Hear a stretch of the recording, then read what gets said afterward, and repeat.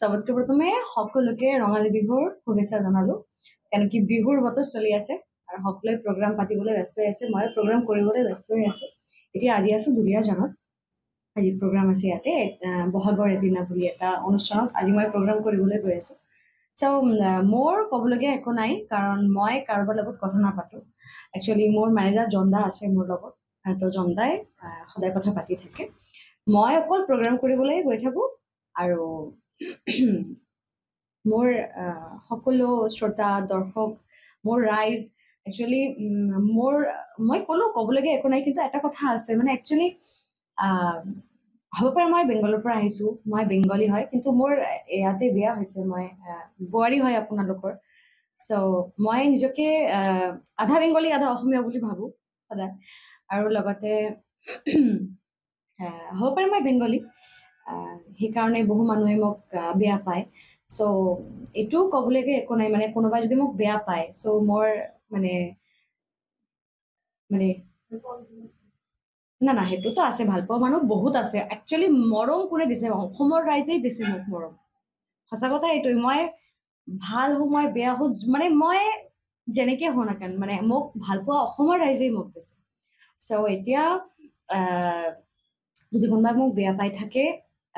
মই সকলোৰো বক্তব্য সকলোৰ মতামত সদায় গ্ৰহণ কৰি থাকো আৰু যিমান মানুহ মোক বেয়া পাই থাকে সকলোৱে মানে সকলোকে এটাই কথা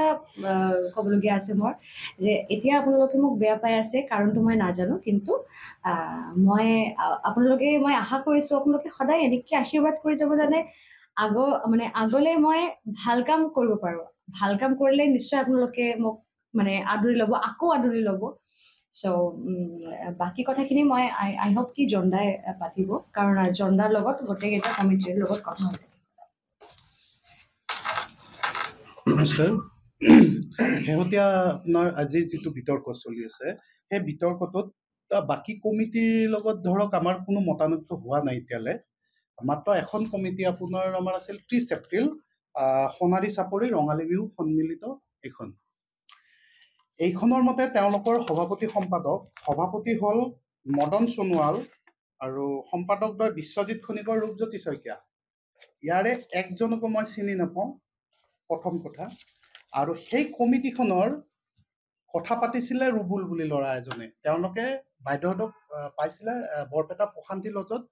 প্ৰগ্ৰেম কৰি থাকোঁতে তেওঁ ভাত খুৱাইছিলে আৰু এনেকৈ চিনাকি দি পেলাই এগ্ৰিমেণ্টটো হৈছিলে যে বাইদেউ আহক আমি দুখীয়া জেগা এইটো কৰিব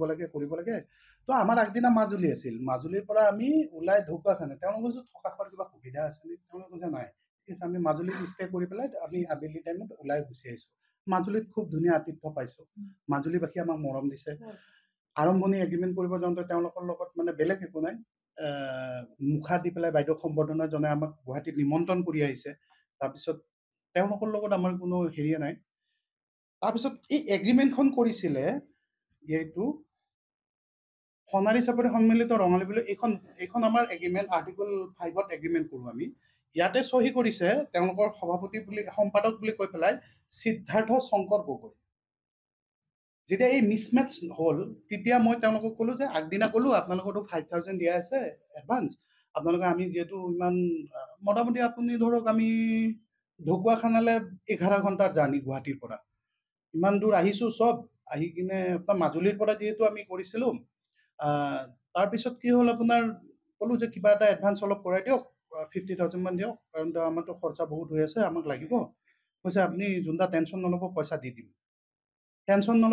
দি দিম এনেকৈ তাৰপিছত ক'লে দাদা কিবা এটা কমাব লাগিব মই ক'লো তোমালোকৰ তাত যিটো আমি এমাউণ্ট দাদা আমি কিছুমান জেগাত ক'ৰবাত আমি জেগা চাই 2-এটা ঠাইত আমাৰ কম বেছ হয় আমি চিডিউল মিলাওঁ যে ইয়াত আমি গ'লে তাৰ পৰা আকৌ তাত আহিলে আমাৰ খৰচা কম কিছুমানক আমি কমাই দিওঁ সেনেকৈ সেইটো আমাৰ মেনেজমেণ্টত চেপ্টাৰ ইফালে নহয় আৰু এই গোটেই টকাটো অকল মৰ্মিতা মিত্ৰই লৈ থকা নাই এই গোটেই আমাৰ গোটেই মিউজিয়াম গাড়ী তেল টোল টেক্স চাউণ্ড চিষ্টেম চাউণ্ডৰ ল'ৰা 10জন আমাৰ গোটেইখিনি দি পেলাই আপোনাৰ মেনেজমেণ্টকো আমাৰোতো সকলোৰে থাকে চব অসমীয়া ধুনীয়াকৈ সকলোৱে চলি আছে এটা পৰিয়াল কেন্দ্ৰিক যেনেকৈ থিয়েটাৰ চলে তেনেকৈ এটা বহাগ মাহটোত সকলো দলৰ লগত এনেকৈ চলি থাকে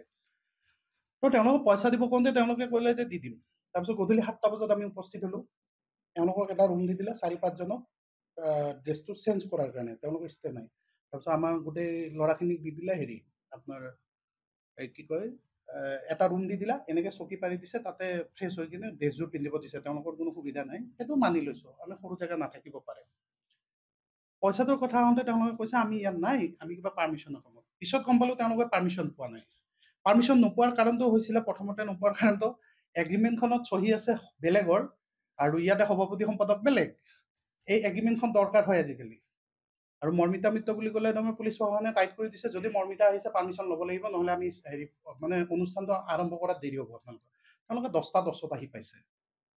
ল'ৰা দুজন আহি কিনে কৈছে যে পাৰ্মিশ্যন হ'ল, আমি কাগজ দিছোঁ, আপোনালোক বহক। পে'মেণ্টটো অলপ কৰিলে, তাৰপিছত তেওঁলোকৰ পে'মেণ্টটো টুকুৰা টুকুৰিকৈ কৰিছে, কৰি লাষ্টত তেওঁলোকে কৈছে যে 45,000 আপোনালোকক এতিয়া দিব নোৱাৰিম, প্ৰগ্ৰেমৰ পাছত দিম। বোলো মই নামানো,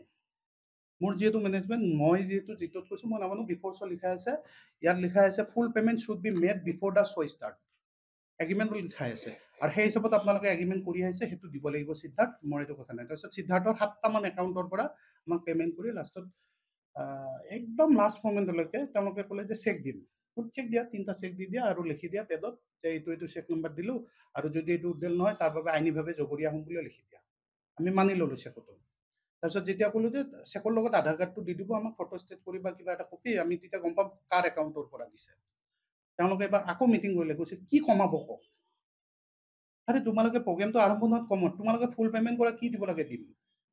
তাৰপিছত কৈছে যদি আপোনাৰ এইটো নহয়, তাৰপিছত দুজনমানে আহি কিনে ওপৰতে কৈ দিলে নালাগে, শ্ব'টো কৰিব যাব দিয়ক।